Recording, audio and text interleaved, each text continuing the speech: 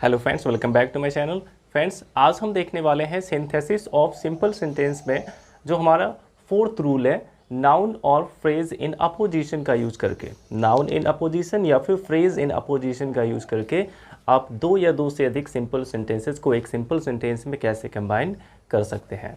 But friends, video में आगे बढ़ने से पहले आपसे एक रिक्वेस्ट है कि अगर आपने अभी तक हमारे चैनल को सब्सक्राइब नहीं किया है तो चैनल को सब्सक्राइब कर दीजिए और जितना ज़्यादा हो सके हमारे वीडियोस को अपने फ्रेंड्स के साथ, अपने क्लासमेट्स के साथ शेयर ज़रूर करें।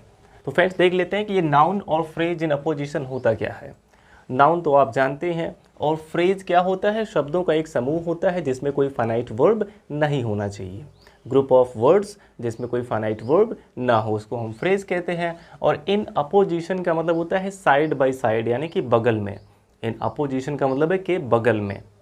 तो आपको इसमें क्या करना है, इसमें किसी एक नाउन के बारे में हमें कुछ एक्स्ट्रा इन्फॉर्मेशन दी जाती है। किसी भी नाउन के बारे में हमें कुछ बताया गया होता है और हमें उस इन्फॉर्मेशन को फाइनाइट वर्ब को छोड़ के बाकी जो पूरा जो फ्रेज बचता है उसको एक फ्रेज या फिर एक नाउन के रूप में जो है हमें उस सब्जेक्ट या फिर ऑब्जेक्ट जिसके बारे में, जिस नाउन के बारे में वो इन्फॉर्मेशन है उसके बगल में आपको रखना होता है। अगर वो इन्फॉर्मेशन आपके सब्जेक्ट के ही लिए है तो सब्जेक्ट के बाद कॉमा लगा के फिर पूरा फ्रेज लिखेंगे, फिर कॉमा लगा के हम अगला पार्ट लिखेंगे। बट अगर वो इन्फॉर्मेशन जो है वो ऑब्जेक्ट के लिए है तो आपको ऑब्जेक्ट के बगल में उसको रखना होगा कॉमा लगा के और लास्ट में आपको फुल स्टॉप का यूज़ करना होगा। तो देख लेते हैं फ्रेंड्स कि हम किस तरह से नाउन और फ्रेज इन अपोजिशन का यूज़ करके सिंपल सेंटेंसेस को कंबाइन करते हैं। इसको एग्जाम्पल के माध्यम से समझते हैं। पहला एग्जाम्पल हमारा है, Rana Pratap was the king of Mewar. Rana Pratap was the king of Mewar. और सेकेंड सेंटेंस इसमें है कि he was a brave warrior, यानी कि वे एक बहादुर योद्धा थे। तो Rana Pratap was the king of Mewar, Rana Pratap Mewar के राजा थे। He was a brave warrior, वे एक बहादुर योद्धा थे। अब इन दोनों सेंटेंसेस को अगर हम हिंदी में कंबाइन करते हैं तो क्या हो जाएगा, मेवाड़ के राजा राणा प्रताप एक बहादुर योद्धा थे। इस प्रकार से हम इसको कंबाइन कर सकते हैं। तो यहाँ पे देखिए फ्रेंड्स, सबसे पहले हमें सब्जेक्ट लिखना है राणा प्रताप। सबसे पहले आप सब्जेक्ट लिख देंगे राणा प्रताप। अब राणा प्रताप के ही बारे में बताया गया कि वो कौन थे, द किंग ऑफ मेवाड़ थे। राणा प्रताप कौन थे, द किंग ऑफ मेवाड़। तो देखिए इसमें से आपको एक वर्ब को, तो एक फाइनाइट वर्ब को आपको हटाना ही पड़ेगा। जो दोनों सेपरेट सेंटेंस हमें दिए गए हैं उसमें से एक फाइनाइट वर्ब को आपको हटाना पड़ेगा। अब दोनों में देखिए वॉज का यूज हुआ है तो आप दोनों में से कोई भी आप हटा सकते हैं और उसको एक फ्रेज, जो फ्रेज हमारा बचेगा उसको आप इसके बगल में रख सकते हैं। यहाँ पे आप या तो ऐसा कर सकते हैं कि राणा प्रताप अ ब्रेव वॉरियर कॉमा लगा के फिर was the king of Mewar, या तो आप ऐसा लिख सकते हैं, या फिर अ ब्रेव वॉरियर फिर कॉमा लगा के राणा प्रताप फिर was the king of Mewar, ऐसा भी लिख सकते हैं। या फिर आप कर सकते हैं कि Rana Pratap the king of Mewar was a brave warrior. तो आप इनमें से किसी तरीके से इसको कंबाइन कर सकते हैं। तो देखिए राणा प्रताप के बाद हमने क्या किया, इस फाइनाइट वर्ब को कैंसिल कर दिया, सीधे लिखा गया the king of Mewar, the king of Mewar, Rana Pratap the king of Mewar. फिर यहाँ पे आपको कॉमा लगाना होगा और उसके बाद जो दूसरा हमारा सेंटेंस है इसमें से आपको सब्जेक्ट को केवल हटा देना है और हेल्पिंग वर्ब से आपको लिखना है was a brave warrior, was a brave warrior. इस प्रकार से आप इसको कंबाइन कर सकते हैं। देखिए यहाँ पे सब्जेक्ट के लिए वो फ्रेज था द किंग ऑफ मेवाड़, इस सब्जेक्ट के लिए था, इसलिए हमने सब्जेक्ट के बगल में इसको दो कॉमा के बीच में रखा हुआ है। तो इसमें कॉमा पे भी ध्यान देना बहुत ही ज़्यादा ज़रूरी है। Rana Pratap the king of Mewar was a brave warrior. तो यहाँ पे देखिए द किंग ऑफ मेवाड़ क्या है, एक फ्रेज है, यहाँ पे शब्दों का समूह है लेकिन इसमें कोई फाइनाइट वर्ब नहीं है। अगर आप नाउन इन अपोजिशन का यूज इसमें करेंगे तो आप सबसे पहले कर सकते हैं the king of Mewar, the king of Mewar, फिर यहाँ पे कॉमा लगा के राणा प्रताप, राणा प्रताप, फिर कॉमा लगा के यहाँ पे आप लिख सकते हैं वॉज अ ब्रेव वॉरियर। अब अगर इसको देखा जाए तो यहाँ पे राणा प्रताप कौन है, एक नाउन है। राणा प्रताप एक व्यक्ति का नाम है अर्थात नाउन है। यहाँ पे नाउन को बगल में रखा गया है तो ये हो गया नाउन इन अपोजिशन का रूल। तो आप इन दोनों में से किसी भी तरीके से इसको कंबाइन कर सकते हैं। अब इसके हम और भी एग्जांपल्स देख लेते हैं। कभी कभार जो है ये जो हमारा इन्फॉर्मेशन इसमें दिया गया है ये सब्जेक्ट के लिए नहीं बल्कि ऑब्जेक्ट के लिए होता है। तो हम ऐसे सेंटेंसेस को कैसे बनाएंगे, जैसे he went to see the Taj Mahal. He went to see the Taj Mahal. अब दूसरा सेंटेंस है कि it is the most beautiful building. It is the most beautiful building in India. तो ये हमारा दो सेपरेट सेंटेंस है कि he went to see the Taj Mahal, वह ताजमहल देखने गया। It is the most beautiful building in India, यह भारत का सबसे सुंदर इमारत है। तो अब दोनों को कंबाइन करेंगे तो वह भारत की सबसे सुंदर इमारत ताजमहल को देखने गया। इस तरह से हम इसको कह सकते हैं। तो सबसे पहले में क्या लिखना है कि वह ताजमहल देखने गया। यहाँ पर देखिए सब्जेक्ट के लिए इसमें कोई फ्रेज नहीं आया हुआ है तो सीधे हम सब्जेक्ट यहाँ पे लिख देंगे, वर्ब भी लिख देंगे, he went to see the Taj Mahal. इतना पूरा का पूरा ऐसे लिख देंगे, he went to see the Taj Mahal, वह ताजमहल देखने गया।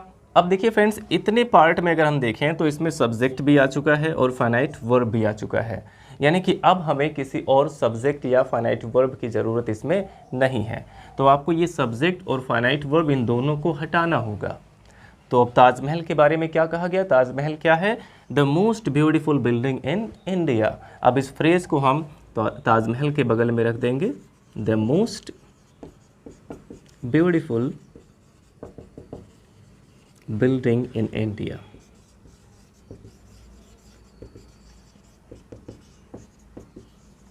देखिए ये जो कहा गया था ये ताजमहल के लिए कहा गया था, तो ताजमहल के बाद कॉमा लगा के इस फ्रेज को रखा गया है। लेकिन अब क्योंकि यहाँ पे सेंटेंस हमारा ख़त्म होता है तो लास्ट में हमें फुल स्टॉप लगा देना है। अब ये दो कॉमा के बीच में नहीं बल्कि एक कॉमा और फुल स्टॉप के बीच में आ गया।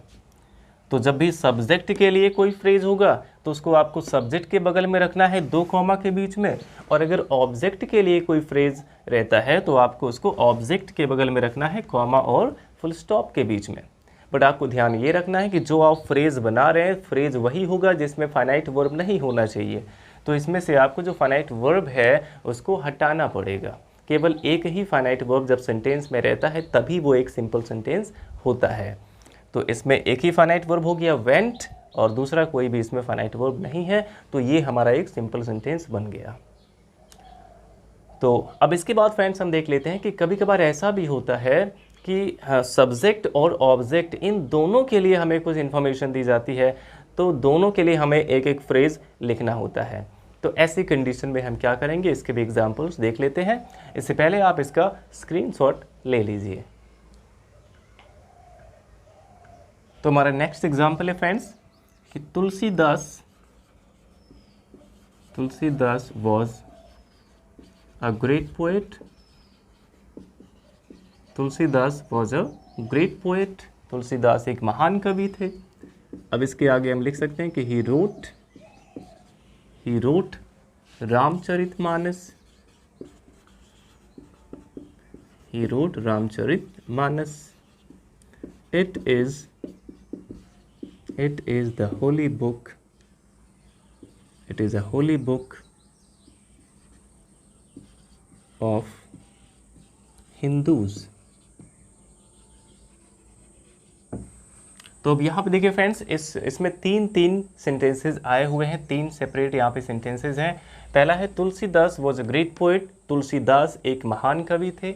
ही रोट रामचरितमानस, उन्होंने रामचरितमानस लिखा। It is a holy book of Hindus, या हिंदुओं का एक पवित्र ग्रंथ है।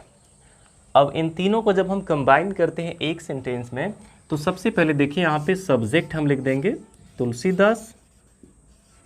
अब देखिए क्या इस सब्जेक्ट के बारे में कोई इन्फॉर्मेशन हमें दी गई है। तुलसीदास कौन थे, अ ग्रेट पोएट।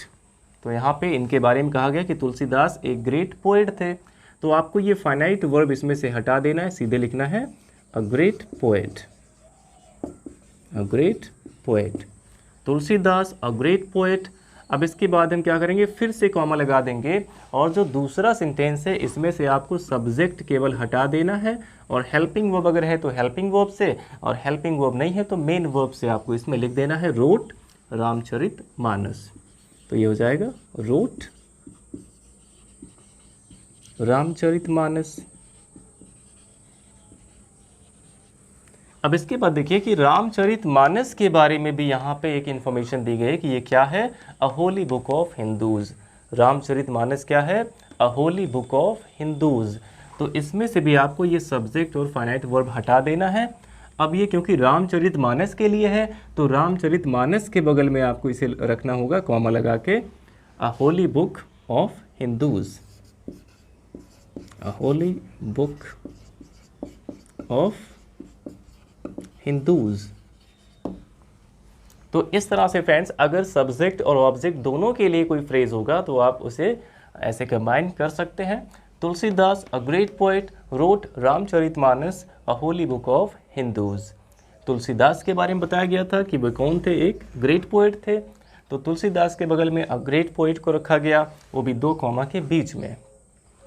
अब इसके बाद सेकेंड सेंटेंस जो था उसमें से सब्जेक्ट को हटाया गया, रोट रामचरितमानस। अब रामचरितमानस के बारे में तीसरे सेंटेंस में बताया गया है कि अ होली बुक ऑफ हिंदूज है ये, तो इसलिए हमें रामचरितमानस के बाद कॉमा लगा के इसको लिख देना है a holy book of Hindus. तो आई होप फ्रेंड्स ये बहुत अच्छे से आपको समझ में आया होगा। अब हम एक और एग्जाम्पल देख लेते हैं नाउन इन अपोजिशन का। जैसे here is my sister-in-law, here is my sister-in-law, her name is मधु। अब देखिए भाई किसी का नाम होगा तो इसमें बुरा नहीं मानेंगे क्योंकि बस ये एक एग्जाम्पल है। तो here is my sister-in-law यानी कि ये मेरी साली है, her name is मधु और उसका नाम मधु है। अब इन दोनों को जब हम कंबाइन करते हैं हिंदी में तो क्या हो जाएगा कि यह मेरी साली मधु है। तो सबसे पहले हो जाएगा here is my sister-in-law, here is my sister-in-law। अब sister-in-law कौन है, मधु है, तो आपको इसके जस्ट बगल में यहाँ पे कॉमा लगा के सीधे लिख देना है मधु और फिर फुल स्टॉप लगा देना है। अब ये यहाँ पे हो गया नाउन इन अपोजिशन, क्योंकि मधु एक लड़की का नाम है यानी कि एक नाउन है, तो इसमें नाउन इन अपोजिशन का यूज़ किया गया है। Here is my sister in law Madhu. इस प्रकार से आप इसको कंबाइन कर सकते हैं फ्रेज इन अपोजिशन या फिर नाउन इन अपोजिशन का यूज़ करके। आई होप आपको बहुत ही अच्छे से समझ में आया होगा।